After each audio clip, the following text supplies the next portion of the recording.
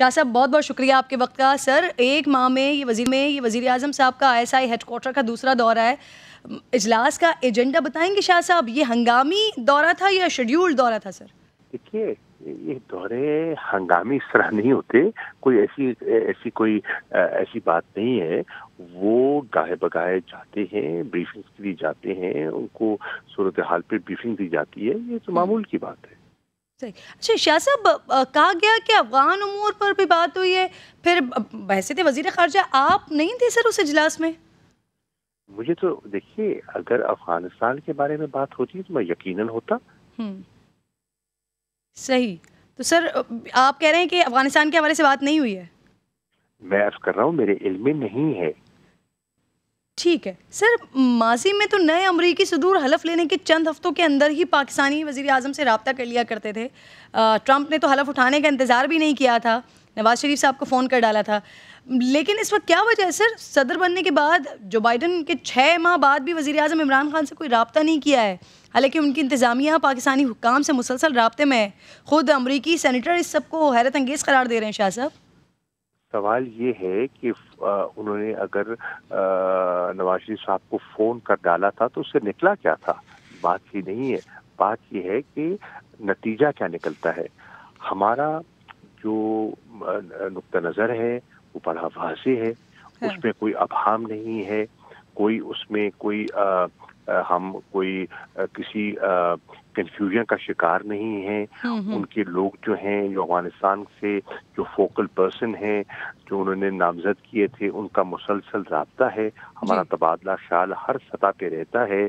وہ ہمارا جو فیسیلیٹیٹنگ رول ہے اس کے وہ معترف ہیں اور ہمارے رابطے ہیں. صحیح. اچھا شاہ صاحب، آپ نے خود اس بات کا اسمبلی میں بھی اظہار کیا، انٹرنیشنل ٹی وی پر بھی اظہار کیا، بارہا جب آپ سے بات ہوئی آپ یہ کہتے رہے. اب وزیر اعظم صاحب نے جب یہ امریکہ کو ایبسلیوٹلی ناٹ کہا ہے سر، تو تمام افواہوں پر، تمام باتوں کے اوپر یہ لیبل لگ گیا اس سے. تو سر اس کے نتائج سر کیا ہو سکتے ہیں؟ کچھ برے نتائج ہو سکتے ہیں سر اس کے؟ سر یہی ایبسلیوٹلی ناٹ جو ہوائی اڈے دینے کے حوالے سے وزیر اعظم صاحب نے کہا، آپ نے بھی بڑا کلیئرلی اس کو اسمبلی میں بھی کہا، دیگر جگہوں پر بھی کہا. پاکستان کی جو سوچ ہے، پاکستان کی جو پالیسی ہے، اس کو انہوں نے دو ٹوک الفاظ میں بیان کر دیا. سارا جو یہاں کیا سرائیاں ہو رہی تھی، میں سمجھتا ہوں کہ اس واضح بیان کے بعد سب کیا سرائیوں کو دم توڑ دینا چاہیے. شاہ صاحب کچھ ماہرین اس طرح کی بات کر رہے ہیں کہ خدا نخواستہ وزیر اعظم صاحب کو بھی اس بات کی وجہ سے خطرہ ہو سکتا ہے، ان کی حکومت کو اس بات کی وجہ سے خطرہ ہو سکتا ہے. تو سر کیا پاکستان کو اس بات کی وجہ سے، اس واضح پالیسی کی وجہ سے کوئی برے نتائج بھگتنے پڑ سکتے ہیں شاہ صاحب؟ دیکھیے کیا سرائیوں کا تو میں جواب نہیں دے سکتا. یہ میرا نہیں خیال، میں نے تو کوئی ایسی بات نہیں سنی. یہ مفروضے ہیں، یہ کیا سرائیاں ہیں، اور کیا سرائیوں پہ کان نہیں ڈھکنا چاہیے. صحیح. اچھا سر، یہ افغانستان والے مسئلے پر بھی میں بات کرنا چاہ رہی ہوں آپ سے. طالبان نے سر افغانستان کے 50 اضلاع پر قبضہ کر لیا ہے. سر وہ ایسی جگہوں کو کیپچر کر رہے ہیں جو صوبائی دارالحکومتوں سے قریب تر ہیں.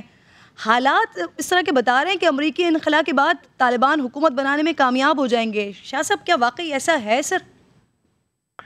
دیکھیے یہ تو وہاں مقامی صورتحال کیا ہے وہ تو افغان حکومت اس پہ بہتر تبصرہ کر سکتی ہے.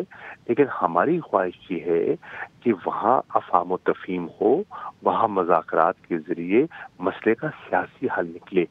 قبضہ کرنے سے قبضہ کوئی کر لیتا ہے، پھر کوئی قبضہ چھڑانے کے لیے نکل آئے گا، تو وہ تو ایک جسے کہتے ہیں نا، ایک جنگی صورتحال جنم لے گی، تشدد جنم لے گا، وائلنس میں اضافہ ہوگا، جس کی ہم خواہش نہیں رکھتے. سر آپ نے بھی یہ بات کی تھی کہ طالبان اور افغان حکومت کے درمیان جو مذاکرات کا عمل ہے وہ سست روی کا شکار ہے یا تعطل کا شکار ہے. تو سر اب یہ معاملات کہاں جا کر رکیں گے؟ کس طرح سے آگے بڑھیں گے اور کہاں پر ہیں ابھی؟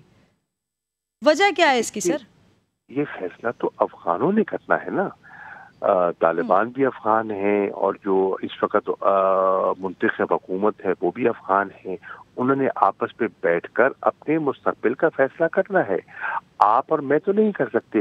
ہم تو دعا گو ہیں اور ہم تو فیسیلیٹیٹ کر سکتے ہیں، ہم ان کو ڈکٹیٹ تو نہیں کر سکتے. ٹرو